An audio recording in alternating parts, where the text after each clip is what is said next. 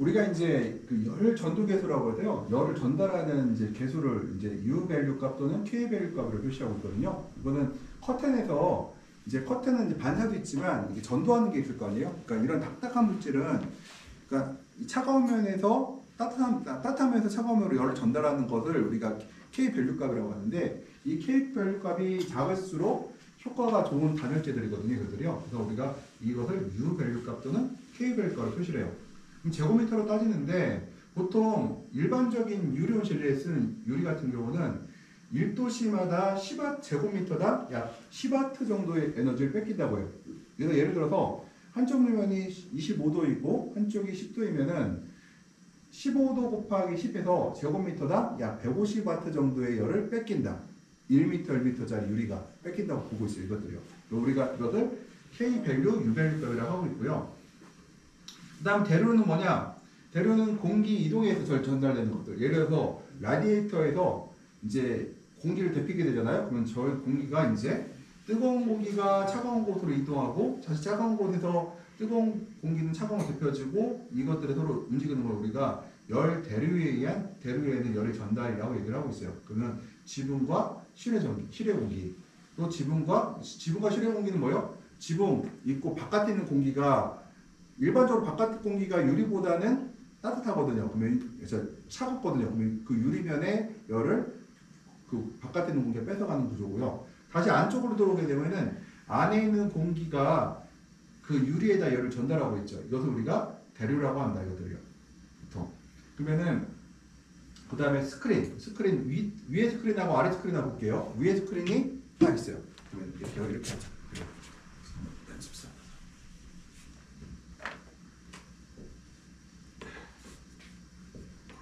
스크린이 이렇게 두 장 있으면요.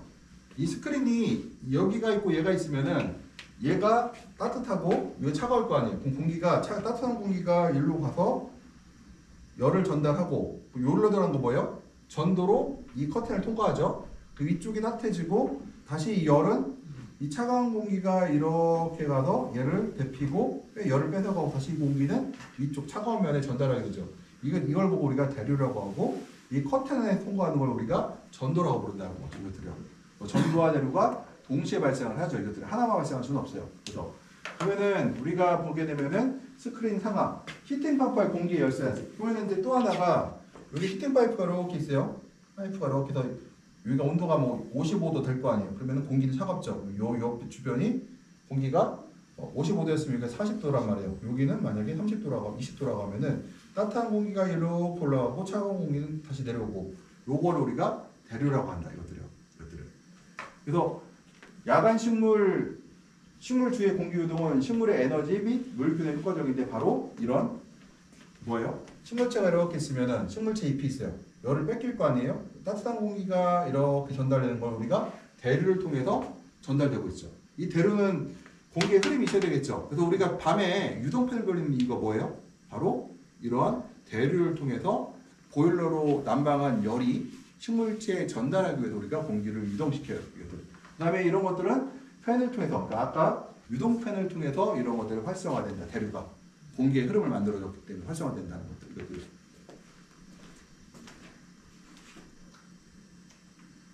그래서 우리가 이제 U 밸류 값, K 밸류 값, U 밸류 값을 하는데 이제 일반적인 U 밸류 값은 보통 1도씨의 제곱미터당 한 7W 정도 나온다고 하면요. 온실 온도가 실외 온도보다 15도 정도 높다고 하면은 열 손실은 통상적으로 15 곱하기 7. 얘는 아까 전에는 유리미 면을 갖고 얘기한 거잖아요. 이건 통상적으로 내외의 온도차가 1도 날 때마다 보통 우리 유리가 들어있고 여러 가지가 있으니까 7W 정도의 에너지가 바깥으로 빠져나가는 거야. 이것들이. 그래서 여러 가지 재료에서 유밸류값 계산이 필요한데 일단은 통상적으로는 7W를 보고요. 우리가 여러 층의 유밸류 계산값이 있어요. 그러면은 여기서 한번 계산해 볼게요. 계산해 봅시다. 계산을. 그러면은 커튼을 한번 칠 때마다 에너지가 보호가 될까 안 될까요? 보호가 되겠죠. 그러면은 여기 볼게요. 지금 전체는 부분의 합이며 유밸류는 전체 역에 필요하다. 이거 뭐냐면은 예를 들어서 유밸류 값이 지금 7W예요. 7W인데 에너지 스크린 6W라고 해요. 지금 이건 유리가 7W고 지금 에너지가 6W 7W인데요. 에너지가 6W라고 또 쳐요. 유밸류 값 스크린 에너지 스크린이. 그 얼마큼 절약되느냐? 여기다가 1분의 아까 뭐예요? 얘가 7분의 1이죠? 7W를 나누고 플러스 다시 여기다가 6분의 1 하게 되면은 얼마냐면은 13분의 40이가 돼서 3.2W. 그러니까 커튼을 하나 치니까 어떻게 돼요? 원래는 7W짜리가 3.2W로 떨어져서 보온력이 얼마큼 향상됐어요? 한 50% 이상 에너지를 절약하는 걸 볼 수가 있어요. 근데 희한한 게 여기다가 54% 절약됐잖아요? 그러면 여기다가 한번 더 해볼게요. 여기다가 한번 계산해봐요. 계산기로. 저 핸드폰으로 7분의 1 플러스 6분의 1 플러스 6분의 1 한 다음에 다시 한번 이거 계산해보자. 얼마큼 나? 몇 프로 절약되나? 한번 계산해볼까요? 같이? 그러면은 요거 시험 문제 낼 거예요. 유벨 계산하는 거 한번 풀어보자고요. 그러면은 계산기 해볼게요. 1분의 7 플러스 6분의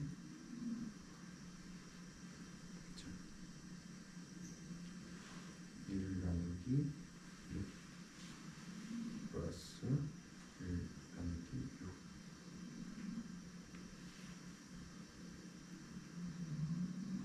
6 뭐야? 야, 코 골지 말고 자야 될 거 아니야? 계산해봐요. 얼마 나와요? 잠깐만. 네, 계산.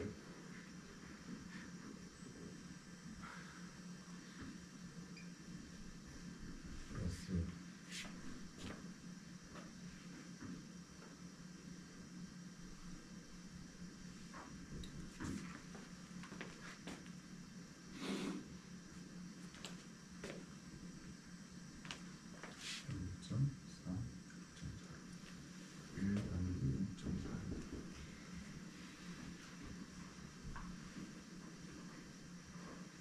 나누기 0.46 하면은 2.17W 나오죠? 여기서. 그러면은 얘보다 2.17이면은 또 한 30, 40% 또 절약됐죠? 여기서 이제 커튼 2장 쓴 거예요, 지금요. 6분의 1 한번 더 해보세요.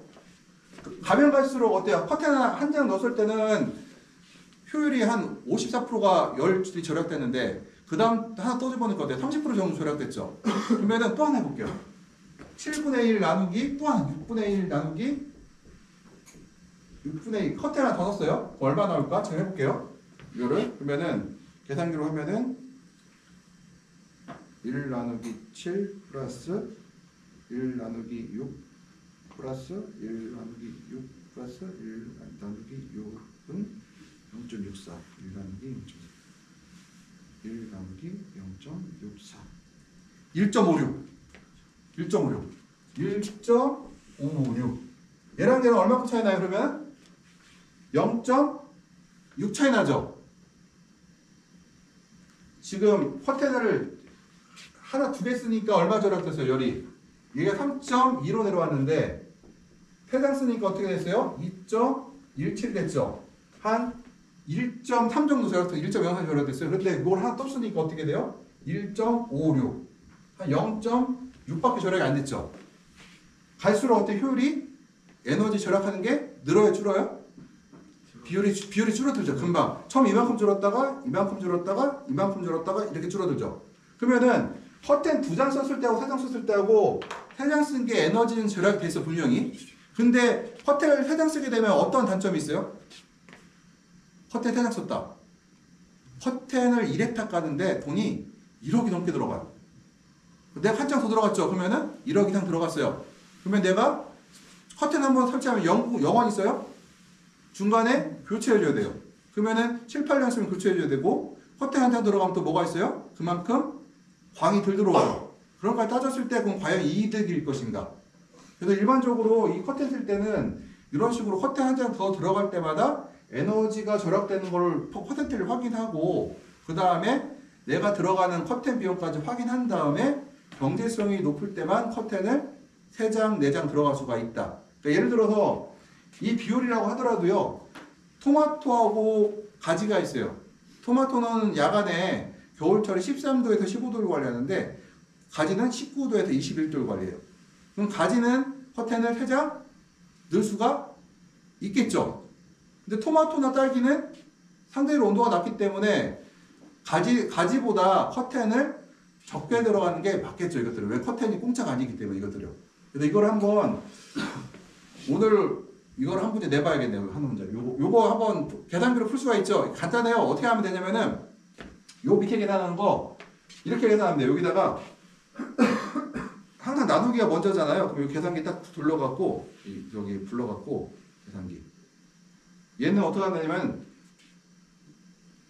1 나누기 7 플러스 1 나누기 6 플러스 다시 더하기 1 나누기 6 하고 나면 커트에 2장 들어간 거잖아요. 이렇게 하면요 0.476이 나오고 이것을 1 나누기 0.476 하면은 이게 계산이 되겠죠. 한번 이거 풀어볼게요. 이거 한 번에 내야겠네. 이건 한번 자는 사람 못 맞추게. 보면은 커튼을 많이 넣을수록 효과는 일단 에너지가 절약되는 비율은 줄어드는 거 볼 수가 있어요. 이것들이요. 이거고 그 다음에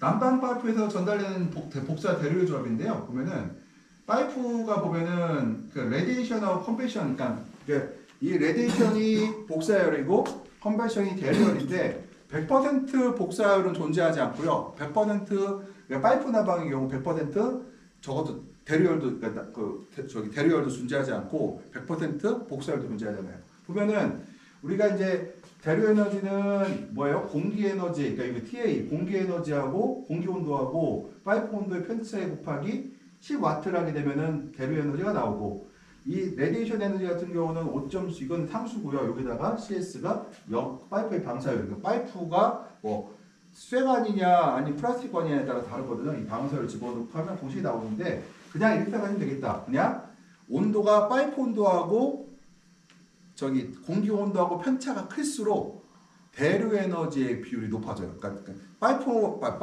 파이프하고 식물체의 온도 편차가 클수록 복사 에너지의 비율이 올라간다 정도만 생각하시면 돼요. 이해가 되시나요?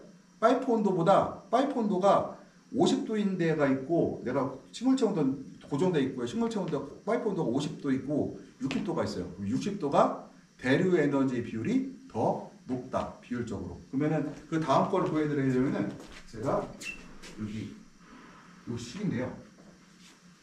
지금 우리가 온실 에너지의 평량을 보게 되면 토탈 에너지 파이프는 복사 플러스 대류 에너지의 파이프 표현적인데 이 표현적 볼게요. 이 파이프 온도가 이제 30도를 볼게요. 30도가 57이 복사하고 대류가 120이 나와요.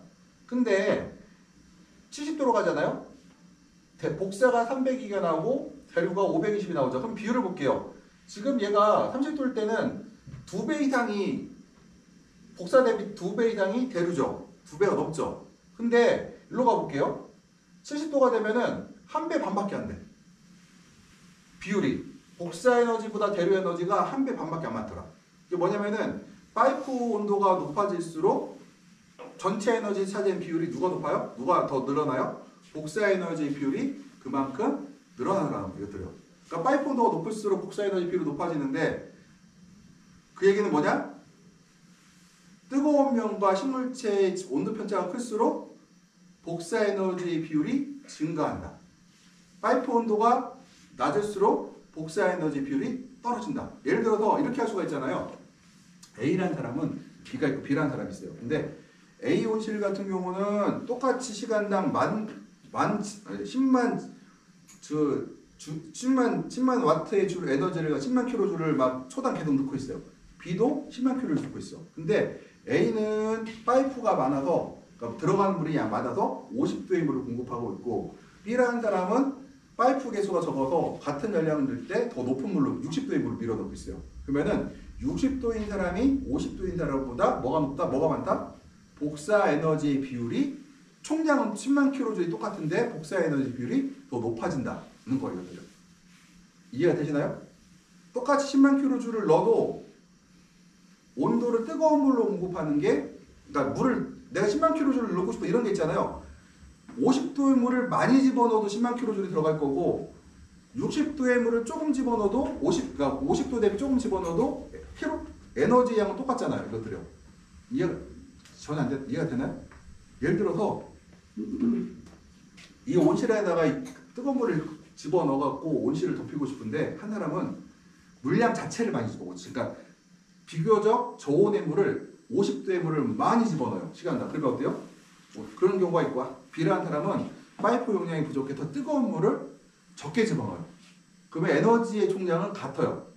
그럴 경우에 복사 에너지는 누가 받느냐? 뜨거운 물을 적게 넣은 사람이 똑같은 안에가 들어서도 복사 에너지 비율이 더 높다 정도 생각하시면 되겠다. 그럼 복사 에너지 비율이 높으면 반드시 좋은 거냐? 일반적으로 좋긴 한데 너무 뜨거운 물을 집으면 어떤 일이 생길까요? 온도 편차가 크게 발생하고 뜨거운 물이 들어간 곳에 식물이 증산을 더 많이 해서 더 문제를 일으킬 수가 있어요. 이것들을. 왜 뜨거운 물을 복사열을 많이 받으면 증산을 너무 많이 하거든요. 보통 우리가 복사는 고체에서 고체로 가는 것, 대류는 고체에서 기체로 가는 것. 고체가 뭐예요? 뜨거운 파이프에서 어디로 갔어요? 식물체로 갔죠. 예. 얘는 뭐예요? 파이프에서 공기로 간 거죠. 그래서 우리가 복사는 고체에서 기체, 고체. 뭐예요? 대류는 고체에서 기체로 가는 거다. 그래서 복사 에너지는 파이프 온도와 식물 온도 차에 비례한다. 그래서 이 온도가 파이프 온도가 높을수록 뭐예요? 파이프 온도가 높을수록 복사 에너지 비율이 올라간다는 얘기였죠. 그리고 따라서 여건이 빨리 올리려면 파이프 온도를 올리는 게 좋다. 온실 온도를 높이는 데는 대류만 작용하므로 파이프 온도를 올리는 것은 복사 에너지보다 효과가 적음. 따라서 대류는 1도시에 제곱미터 10와트는 일정하게 증가하기 때문에. 이거 뭐냐면은 우리가 온실 온도를 오는 데는 대류만 작용하므로 파이프를 올리는 것은 복사 에너지보다 효과가 적다는 얘기를 하고 있어요. 지금 이것들은. 그 다음에 우리가 이제 그 공기의 흐름과 이제 그러니까 습도를 그러니까 습을 옆으로 퍼뜨리는 거하고요, 디퓨전하고 공기의 흐름에 대한 얘기인데요. 지금 우리가 이제 절대 습도를 얘기를 해서 세 가지 절대 습도를 봐요. 첫 번째가 어디를 보냐면은 커튼 밑에 이 절대 습도를 보고, 그 다음 어디를 보느냐? 커튼과 지붕 사이를 보고, 그 다음에 외부의 절대 습도를 보죠. 그래서 우리가 보통 온실 공기 중에는 수증기가 포함할 수밖에 없다. 항상 포함되어 있어요. 그러니까 수증기가 없는 공기는 자연 계상이 불가능해요. 이것들은 우주에나 가능한 일이고 자연에 불가능한 얘기란 말이에요. 그러면은 수증기 압력을 표시한 거면 우리가 절대 습도와 수증기 압을 표시한다. 퍼센티지는 우리 따지지 않아요. 왜? 상대 습도라는 거는 예를 들어서 30도씨 공기에서의 80%와 10도씨 공기에서 80%는 절대 습도량이 다르거든요. 근데 이 절대 습도량을 표시하면은 똑같아요. 30도에서 10g이나 만약에 30도에서 10g이나 20도에서 10g이나 어차피 1 입방미터에 들어있는 공기량을 말하는 거기 때문에 똑같다는 거고요. 일몰은 우리가 공기는 H2O가 18이므로 1 입방미터당 18공이 공기, 그러니까 18g 공기는 약 수증기는 분자 개수가 6.02 10의 23서 그래서 아보가드로 법칙이라고 하죠. 그러니까 1몰은 6 곱하기 6.02 곱하기 10의 23서. 이게 모이게 되면은 물의 무게, 그러니까 18g의 무게가 나오겠죠. 이것들요. 우리가 옛날 화학 시간에 배웠어요. 배웠죠. 아보가드로 법칙에서 6.02 곱하기 10의 24서 하면은 요게 개수가 바로 이 분자량이 18이면은 18g이다 이렇게 얘기를 하고 있고, 분자량이 만약에 뭐 28이다 그럼 뭐예요? 10 곱하기 23이 들어있으면 6 곱하기 10의 23이 물이 어떤 질소가 N2가 만약에 6.02 곱하기 10의 23이 들어있다 그러면 얼마예요? 28g이라고 할 수 있죠. 그러니까 질소는 N2가 분자량이 28이니까 질소 분자 28와 6 곱하기 6.92 곱하기 10에 23개가 들어있으면 약 28g을 할 수가 있고요. 그리고 온 실내에 구역한 수분 이동은 절대 습도의 차로 발생한다. 그 뭐냐면은 구역이죠. 어디가 여기요? 밑에 구역하고 위에 구역하고 뭘로 이동한다? 절대 습도의 압력차로 이동한다. 그래서 아래하고 위의 절대 습도의 압력 차에 의해서 아래에서 위로 수분이 이동한다는 거 이것들이요.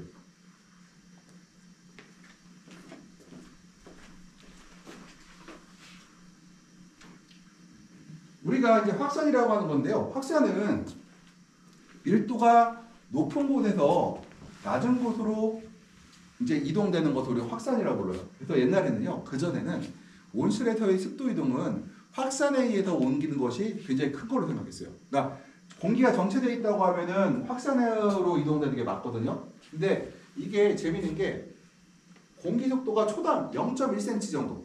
0.1cm면 사람이 느껴 못 느껴요? 이 초당 1cm가 돼도 사람이 못 느끼거든요. 10cm가 돼도 잘 못 느껴요. 근데 이 정도의 바람 속도만 갖고도 약 99%가 확산이 아닌 공기의 유동에 의해서 수분이 이동한다는 거. 확산보다. 그러니까 확산이라는 거는 물이 많은 곳에, 그러니까 물입자가 많은 곳에서 적은 입자로 퍼지는 걸 우리가 확산이라고 하는데, 옛날에는 확산에 의해서 온실내 습도가 이동하는 줄 알았어요. 근데 최근 연구된 거에 의하면은 확산보다는 바로 공기의 유동에 의해서 이동되는 것이 대부분이다, 이렇게 얘기를 합니다. 이것들을. 그러니까 0.2cm라는 것보다 우리가 느끼지 못할 정도로 아주 미세한 공기의 흐름만 갖고도 대부분 바로 공기의 유동에서 발생한다. 그래서 우리가 공기의 유동을 만들어내는 것이 굉장히 온실 환경에 좋다는 거예요. 이것들을. 그러기 위해서 어떻게 하느냐? 바로 이제 수직팬이라든가 난방파이프. 수직팬은 뭐예요? 공기를 위에서 아래로 밀어서 공기의 흐름을 만드는 것들. 그 다음에 난방파이프는 뭐냐? 난방파이프가 공기를 데피게 되면 어떻게 해요? 공기가 가벼운 공기는 뜨거운 공기는 위로 이동해서 올라가고 차가운 공기는 다시 파이프로 접근하게 되죠. 그걸 어떻게 돼요? 그러면은 공기의 흐름을 만들어내죠. 그걸 우리가 공기의 유동이라고 하는데, 바로 공기의 유동은 파이프로도 할 수 있고 수직팬으로도 할 수 있는데 두 가지가 있죠. 근데 요즘에는 하나 볼게요. 난방 파이프로 공기의 유동을 만들면 어떠한 단점이 있을까요? 몇 가지 단점이 있는데, 뭐 일단 난방비가 많이 들어간 건 똑같죠. 많이 들어가고, 두 번째 뭐가 있을까요? 난방을 하게 되면 증산이 늘어나요, 줄어요? 늘어나죠. 그러니까 우리는 증산량을 많이 만들고 싶지 않아요. 그러니까 필요한 만큼 15에서 25로 만들고 싶지 과잉으로 증산을 만들기 쉽거든요. 근데 내가 보니까 식물체가 증산을 잘하고 있어. 근데 내가 굳이 거기다가 난방을 통해서 공기 유동을 만들면 어떻게 돼요? 증산을 더 많이 시켜서 온실을 더 습하게 만들어 버리죠. 그래서 우리가 보통 요즘은 난방 파이프보다는 수직팬을 통해서 공기의 유동을 만드는 전략을 많이 피하고 있다. 그래서 옛날 공기 유동으로 만들었던 것 중에 하나가 뭘까요? 우리 이 그로우 파이프만 뭐가 있죠? 난방 파이프 말고 뭐 있었어요? 그로우 파이프라고 해서, 아니면 작물 난방 파이프라고 해서 파이프 하나짜리가 있어요. 얇은 거. 그걸로 난방을 했었는데, 이걸로 해서 공기 유동을 만들었거든요. 예를 들어서 여기 토마토가 있으면, 여기 있으면은 토마토가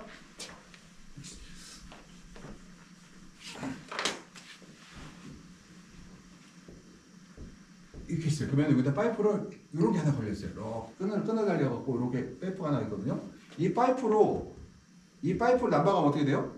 뜨거운 공기가 만들어져서 이렇게 흘러서 빡거리고 빠져나가겠죠. 그러면 우리가 이런 공기 유동을 많이 썼단 말이에요. 근데 이거를 요즘에는 쓰지 않거나 적게 쓰고 공기 유동을 통해서 이거를 해결하지 않는 쪽으로 가고 있다. 그래서 그전보다는 저희 파이프 난방을 통해서 공기 유동을 만들었던 것을 줄이고, 지금은 이런 수직팬이라든가 유동팬을 이용해서 공기의 흐름을 만드는 쪽으로 가고 있다. 지금. 왜냐?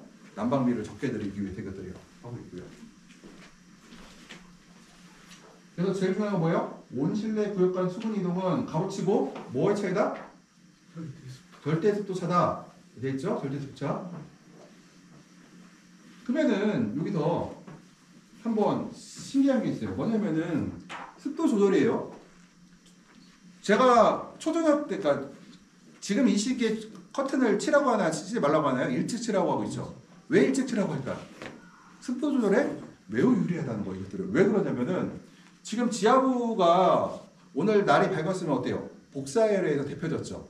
복사열에서 지하는 따뜻하고 어때요? 지상부는 차갑죠. 위는 차가워요. 유리는 차가울 거예요. 그러면은 복사열이 여기서 지붕으로 갈까? 지붕을 데피겠죠.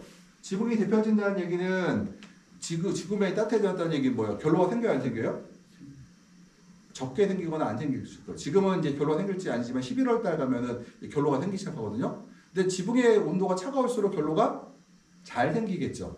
지붕의 온도가 따뜻할수록 잘 안 생기겠죠. 그러면은 내가 커튼을 이렇게 쳐서, 예를 들어서 11월 달에 해가 지기 전에 커튼을 쳐버렸어요.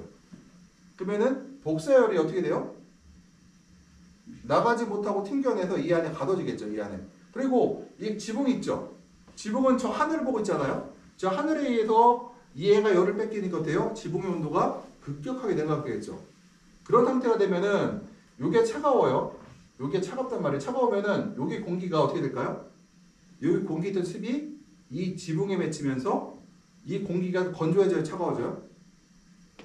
여기 있던 공기가 여기 그러니까 커튼 위에 지붕 밑에 있던 공기가 있어요. 이것들이 커튼을 닫게 되면은 커튼 위의 공기가 이 공기가 이 유리면에 닿아서 어떻게 될까요?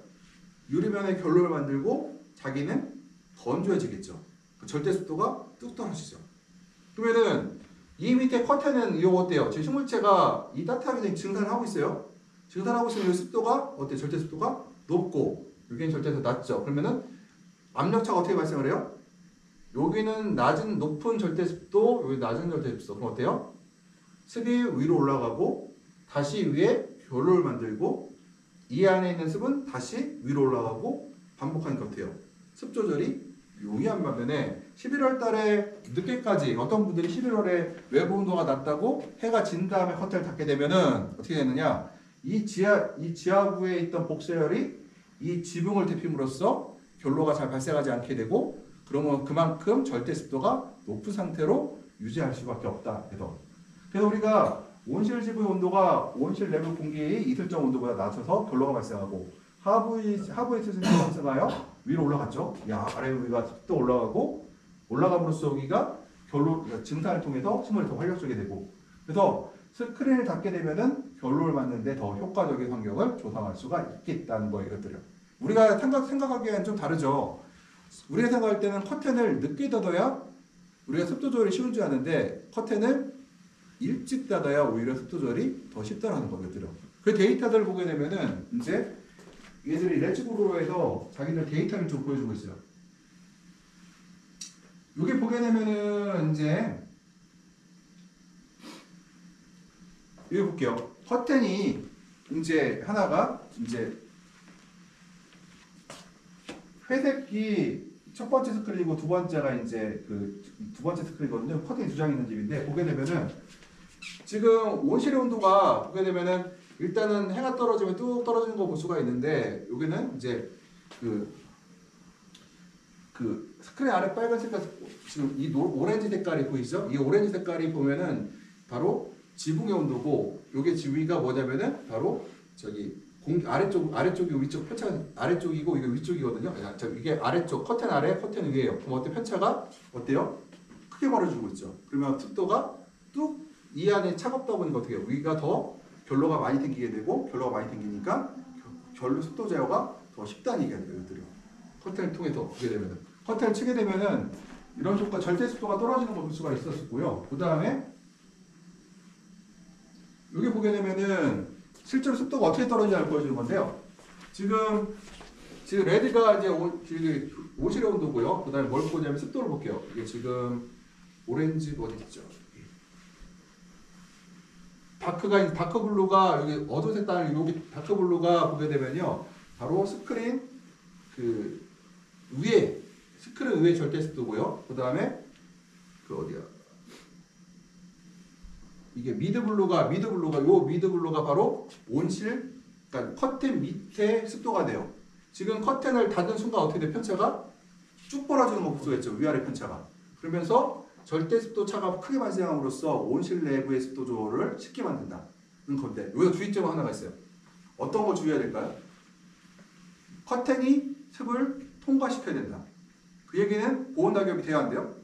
보온닭엽은 해당이 안 된다는 거예요. 그러니까 우리가 흔히 우리 볼 수 있는 우리가 이제 새로 학교에 짓는 온실 같은 경우는 우리도 지금 봤죠. 우리 이번에 그 실습농장 가봤더니 지금 커튼 교체하고 있었잖아요. 그런 것들 직조 스크린이라고 하는데 직조 스크린들은 이게 해당이 되는데 만약에 직조 스크린이 아니고 습을 통과할 수 없는 스크린 같은 경우는 해당이 안 되겠죠. 왜냐면은 위가 습도 아래가 습이 높든 위가 습이 건조하든 간에 편차가 크든 간에 습이 통과하지 않는다는 얘기 뭐예요? 습이 이동할 수가 없게 되고 밑에 조절은 어차피 안 된다는 얘기가 되거든요. 습 조절이. 위만 안 되는 거잖아요. 전제 조건은 뭐예요? 커튼을 습이 통과한다는 전제 조건에서는 절대 습도 차로 인해서 습도 조절이 되는데 만약에 습을 통과할 수 없는 스크린이라고 하면은 조절이 안 된다는 뜻이 되죠. 이거 어떻게든 말이 이것들이죠. 그래서 지금 이런 거는 지금 이 스크린들은 바로 보온닭엽을 말하는 게 아니라 바로 알루미늄 스크린 또는 에너지 스크린 같은 스크린을 말하는 거다. 이렇게 생각하시면 될 것 같아요. 이것들을.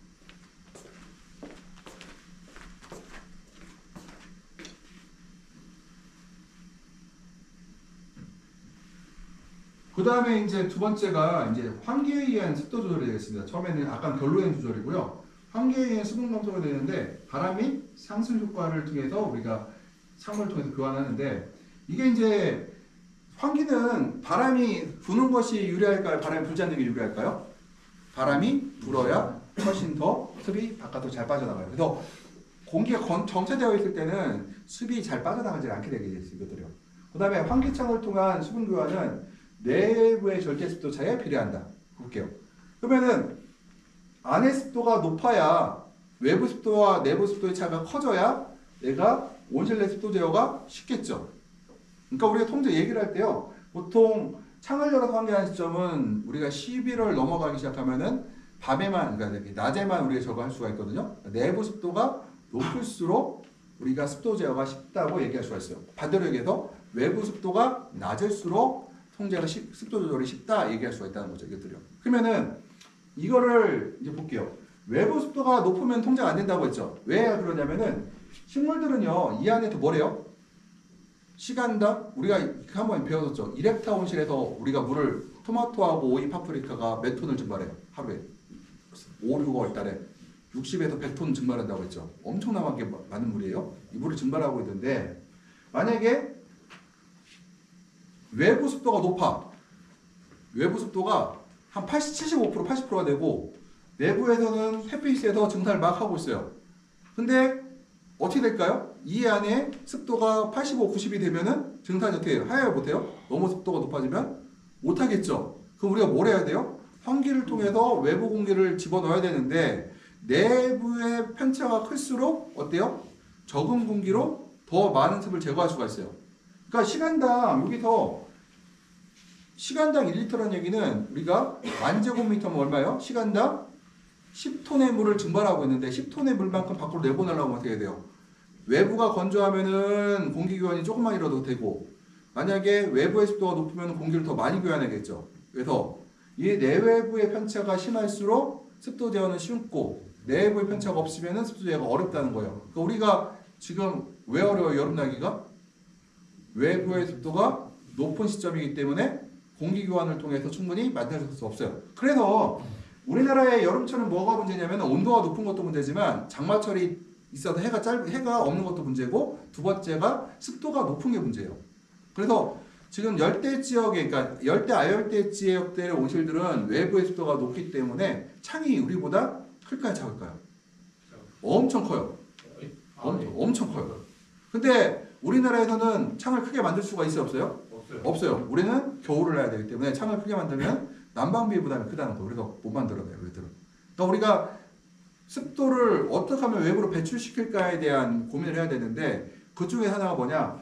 내부의 습도를 좀 높이면은 외부에 상대적으로 크잖아요. 그러면은 더 쉽게 공기 교환을 통해서 내부의 습도를 제거할 수 있다 얘기를 하고 있다 이거들이요. 그래서 바로 내부의 절대차에 의해서 우리가 환기가 잘 된다. 그래서 내부의 절대 습도가 크면은 환기 습도가 늘어도 잘 되고 차이가 적으면 환기 습도가 빨라야 된다. 그러니까 열대 지역은 뭐예요? 내부의 차가 없으니까 어떻게 해요? 환기의 속도를 크게 만들죠. 환기의 속도를 크게 만들려고 뭐 했어요? 창을 크게 만들었죠. 우리는 내부의 환기 속도를 크게 할 수가 있어요? 없어요? 못하죠. 왜 못해요? 창이 작으니까 열대. 그래서 이게 우리나라의 특성상 이런 문제들이 있어요. 강원도 지역도 마찬가지예요. 강원도 지역이 여름에 온실을 운영한다고 하는데 실제로 여름이 아니에요. 정확히 말하면은 3, 4월이 여름은 아니잖아요. 그 다음에 11월이 여름은 아니잖아요. 그래서 창을 크게 만들면은 3, 4월 달에 문제가 생기고 11월, 12월 달에 문제가 생겨요. 철원 지역 같은 경우는 거의 12월 초까지 끌고 가거든요. 거기는. 그러면 사실상 한겨울이죠. 거기는. 그래서 우리가 이제 환기창을 통한 수분 교환은 환기 속도 곱한 내외부의 편차에 비례한다. 그러니까 내외부 편차가 클수록 쉽다. 그래서 우리가 내부의 습도를 올리려고 뭐래요? 안개 분무기 쓰죠. 그래갖고요.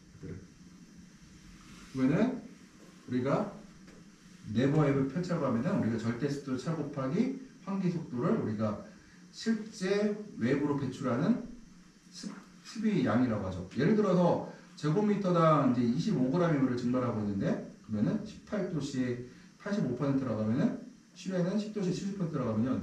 내부는 킬로그램당 12.9g 정도의 물을 갖고 있고 그건 1立方미터당 13g의 물을 갖고 있고요.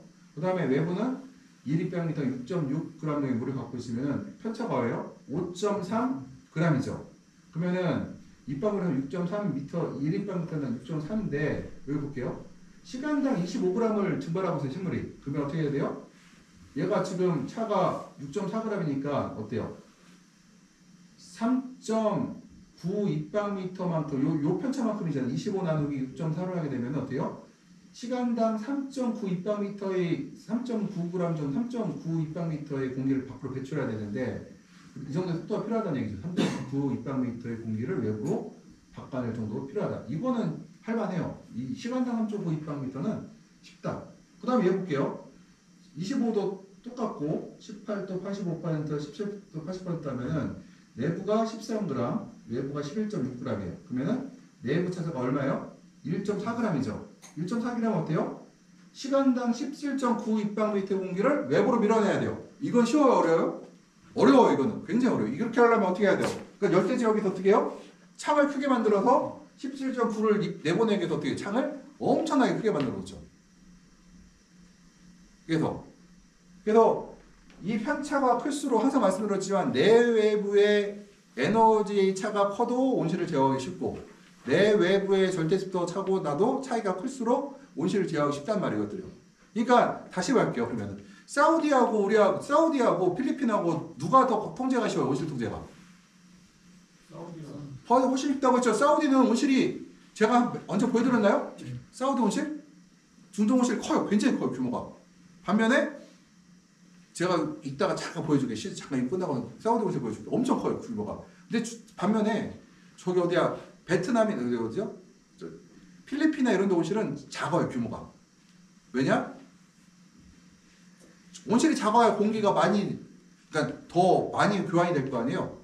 사우디 같은 데는 온실이 막 200m, 300m 돼. 왜요? 이거는 공기 교환이 작아도 외부가 건조하니까 공기를 교체하고 외부가 온도가 높아도 실제 엔탈피는 낮고 습도도 낮기 때문에 큰 온실을 운영할 수 있다는 거였더래요. 우리가 오해하는 것 중에 하나가 사람들 진짜 오해하더라고요. 저는 이제 여기 남방 온실 연구 사업하면서 중동 지역하고 중남아 지역하고 양쪽을 이제 분석을 데이터를 뽑아보면은 사람들 생각할 때 그러니까 품질이 괜찮은 것들, 그러니까 품질이 아주 나쁜 거 말고 괜찮은 것들의 토마토 가격이 중동이 그러니까 사우디나 카타르나 UAE가 더 고소득 국가잖아요. 필리핀이나 베트남보다. 근데 가격은 필리핀보다 더 싸요. 저기 어디야? 여기 카타르나 UAE가 더 싸요. 이것들이. 왜냐? 조절이 더 쉽거든요. 근데 베트남은 사실은 조금 거기가 베트남하고 말레이시아 같은 경우는 채소값이 싼데 그건 이유가 있어요.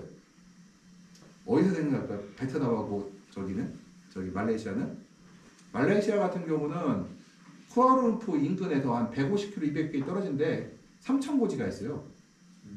예, 고산지대. 거기서 채소 생산하고 베트남 어디서 생산해요? 달라, 나트랑 이런 데 있죠. 거기가 해발 2,000, 3,000 고지에서 생산하거든요. 근데 이제 필리핀 같은 데는 그런 게 잘 안 되나 봐요. 그래서 굉장히 고가더라고요. 필리핀이나 인도네시아 같은 데 굉장히 비싸더라고요. 그래서 보시게 되면은 편차가 내부의 편차가 작을수록 공기 교환이 높아져야 돼. 이거는 17.9라는 거는 만들기가 쉽지 않아요. 1시간당 공기를 17.9를 교환해 줘야 되는 얘기거든요. 이걸 완전히 외부 공기랑 내부를 바꿔줘야 되는데 쉽지가 않겠죠. 이것들을.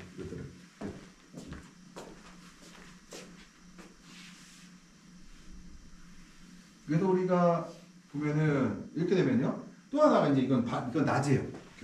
맑은 날 우리가 제곱미터당 한 500g의 물을 증발한다고 쳐요. 그랬더니 온실이 이제 25도 75%, 실외가 24도 60%예요. 그랬더니 내부가 17.2g, 그 다음에 외부가 13g이에요. 그럼 편차가 얼마예요? 4.2g이죠. 500g을 4.2로 나면 119 입방미터의 공기를 바깥으로 밀어내야 되는데 츠코를 500m라면요. 약 시간당 20회의 공기를 교환해야 돼요. 20회의 공기를. 그러면은 20회가 이거는 불가능해요. 이거 20회 공기 교환한다는 거는 지붕이 없어야 돼요. 지붕이 없어야 되는데, 그러니까 껍데기 창을 완전히 다 제껴버려야 되거든요. 그런 오실도 있어요. 창을 완전히 드러내는 오실도 있는데, 아무튼 이거는 굉장히 어려운 조건이라고 볼 수가 있을 것 같아요. 굉장히 이거 에너지 관점에서 그렇고 굉장히 어렵다 이렇게 하기가. 그러면 이게 지금 8월 11일부터 10일까지가 이제 빨간 타원이고요. 이거는 외부의 아래치, 그러니까 보라색은 이제 아래치가 이제 외부의 이제 절대습도이고 내부는 밝은 파란색이고요. 그러나 이제 진한 파란색 온실의 절대습도와 외부의 절대습도보다 높기 때문에 수분이 환기를 통해 배출이 가능하다. 그러나 온실을 볼게요. 온실의 절대습도 볼게요. 절대습도가 상대습도는 외부가 더 높아요. 근데 그럴 리는 없는데 외부가 더 높은데 절대습도를 보면은 진한 파란색이 있고요. 진한 파란색은 온실의 온실의 절대습도를 얘기하고 있고요. 그 다음에 진한 노란색은 외부의 진한 색보다 높기 때문에 어때요? 교환이 이루어질 수가 있죠. 이거는 외부의 절대습도고 이거는 뭐예요? 내부의 절대습도인데 교환이 일어나는데 반면에 상대습도로 봤을 때는 외부가 더 높아요. 그럼에도 불구하고 이 절대습도의 차가 발생하기 때문에 실제로는 교환이 가능하다는 것 같아요. 공기원에서. 지금 이제 8월 10일부터 10일 사이 빨간 타원 같은 경우는 내부의 절대습도하고 진한 파란색, 그 다음에 외부의 그 진한 노란색을 보게 되면은 어떻게 되냐면은 일정한 차이가 있다. 그래서 수분 대출이 쉽죠. 근데 이제 8월 11일부터 볼게요. 여기서 보게 되면은 파란색하고 노란색하고 편차가 어때요? 좁아지고 있죠. 그러면은 이거를 어떻게 해야 돼요? 근데 환기가 돼야 안 돼요? 환기를 통해 습제어가 안 되죠. 그러면 이거 어떻게 하면 될까? 이거를 갖다가 파란색을 더 위로 올리면은 환기에서 절대습도 차가 발생하기 때문에 제어가 가능하죠. 여기서 말하는 거 사람들이 그러면은 그래도 절대습도 올라가는 거 아니니? 그런데 우리가 원하는 거는요. 식물이 증산하는 걸 밖으로 배출하는 걸 원하거든요. 증산하는 걸 배출하려고 하면은 여기서 이만큼 더 올라가서 편차를 크게 만든다고 하면은 보다 쉽게 우리가 온실의 습도를 제어할 수 있다는 거 얘기해드려요. 그래서 우리가 온실의 습도 제어는 그럼 뭘로 한다? 상대습도로요? 절대습도로요? 절대습도로 한다. 가장 큰 이유가 실제로 수증기량을 파악하는 건 절대습도로 하는 거고, 두 번째가 온실의 절대습도는 온실 내 모든 구역이 비슷한데 상대습도는 구역마다 다 달라요. 그래서 우리가 절대습도로 온실의 습도를 통제한다고 봐요. 그래서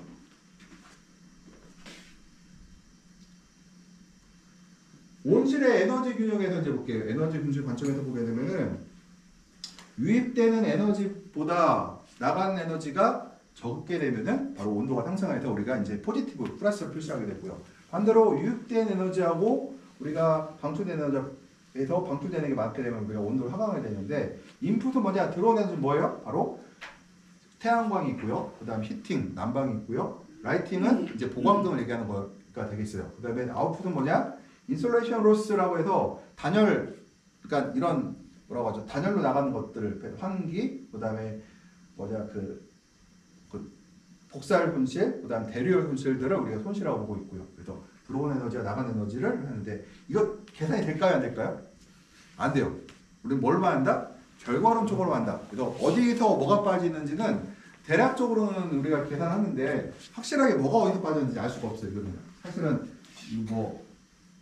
그러면 우리가 에너지의 평형의 균형 수식을 보게 되면은 이제 들어오는 것, 태양, 그 다음에 히트 이미션, 그러니까 가열 용량, 그 다음에 라이팅 들어가고요. 그 다음에 단열로 뺏기는 것들, 그 다음에 환기로 뺏기는 것들, 복사열로 뺏기는 것들, 대류로 뺏기는 것을 우리가 양쪽 합치게 되면 갖게 되겠죠. 그 다음에 평형태라는 온실 온도가 일정한 천천히 변하지 않는 것을 의미하고요. 작물의 증산과 폭우는 에너지를 추가하지 않고 현열과 복사질 자멸로 변환시키기도 한다. 그래서 여기서 이제 만약에 이쪽의 에너지가 높아도 일로 나가서 적어져도 만약에 지금 공기 내에 온실 내의 공기의 절대 습도가 올라가면은 어떻다? 에너지는 올라가도 온도에서는 같게 유지된다고 얘기를 하죠. 그래서 우리가 온실의 습도가 사실은 낮에는 80%가 80%에 육박했으면 좋겠고, 밤에는 한 7, 80%가 됐으면 좋겠는데 사실은 어렵죠. 외부 낮에는 문을 다 열어놓고 있기 때문에 내부의 습도를 맞추기가 어렵고 밤에는 문을 다 닫고 있기 때문에 내부의 습도를 맞추기 어렵죠. 이것들요. 아무튼 우리가 증산과 폭우를 통해서 공기 중에 수분을 공급하게 되면은 에너지량은 증가해도 저쪽에서 온도는 올라가지 않는다. 이거는 뭐예요? 엔탈피의 개념이죠. 그러니까 에너지의 개념이지 온도와 에너지는 별개다. 그래서 하나 이 현열의 정의가 뭐라고 했어요? 네? 간단히 설명했었죠. 현열의 정의가 1kg의 공기가 있는데 물이 하나도 없어요. 이게 만약에 30도면 뭐예요? 30kg이라고 했죠. 근데 만약에 60kg인데 공기가 60kg이에요? 그러면은 온도가 30도예요. 그럼 뭐예요? 30kg의 현열과 30kg에 뭐가 있다? 자멸이 들어있다고 했죠. 이것들이요.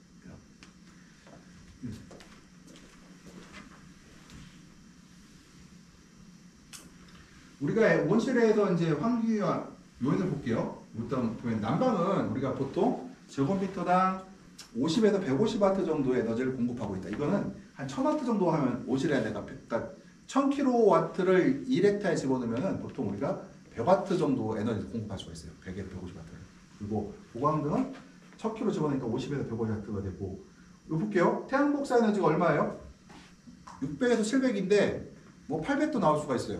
보통 우리가 맑은 날 기준으로 내부로 들어오는 거는 한 600에서 700 정도 차광하게 되면 들어올 수가 있고요. 야간 열 손실은 이거는 복사열 손실이요. 빛의 형태로 온실 밖으로 뺏기는 것이 보통 우리가 100에서 150W 정도를 뺏기고 있다고 얘기를 하고 있어요. 그래서 이거는 실외 조건의 영향은 환기창과 스크린이 열려있을 경우 외부 환경은 온실 내부의 기후에 많은 영향을 준다. 그래서 보통 외부의 조건이 온실 내부에 영향을 크게 줘요? 적게 줘요? 많이 주는데 어때요? 구멍이 뚫릴수록 더 많이 주겠죠. 그리고 온실이라는 건 기본적으로 외부 환경 영향을 무조건 받는다. 왜 받을까?